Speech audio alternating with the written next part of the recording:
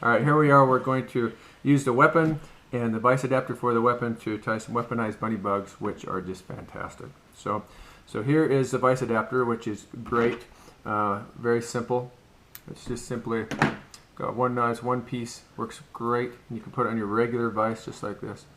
And so there's no tubes, no pins, no all sorts of special vices. You just put them in just like that and you're ready to go, and everything works just like your normal vice would. So, and then here we're going to start this one with a black weapon. So all you need to do with this adapter is slide in like that, a couple of turns like that, and it is solid, no spinny, which is great. And then for this one, we're going to grab a little piece of lead, just in terms of dropping it down relatively quickly, like we would most of our stripped bugs,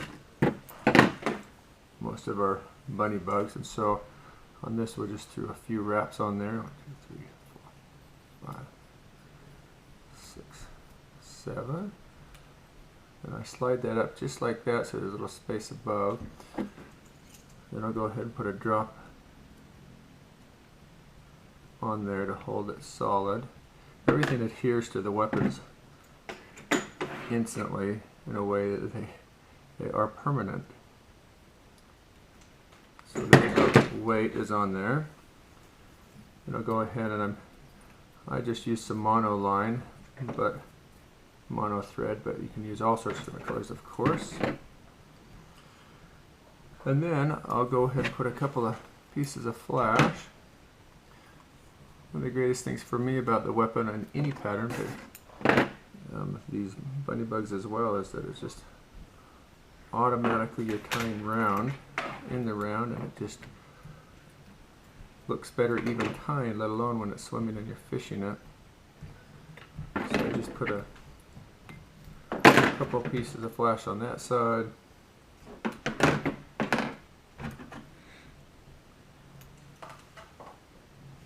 Make sure they face the right direction.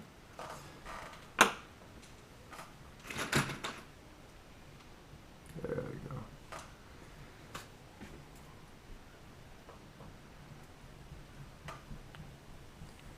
Put a couple of pieces of flash on that side.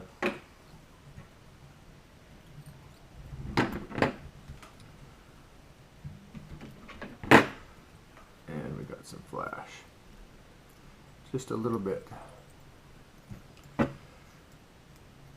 And of course I'll get a zonk strip, bunny strip. These right now we're making white. Put that down good.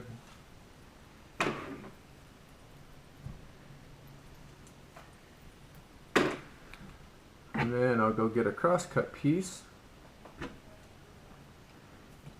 which makes all the difference for me, is using crosscut, so I can lay it down that way, first facing the right direction.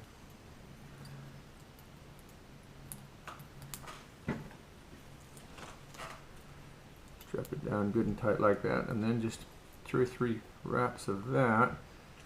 It all lays the right direction. And then you get to tie it off right up next to the head, the weapon.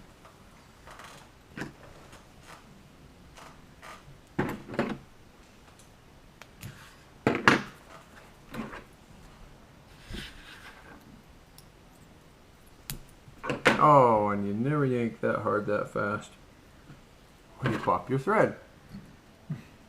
Put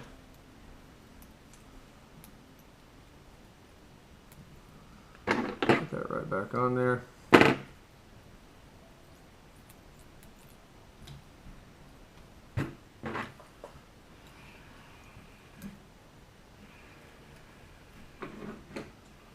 And then tie it off.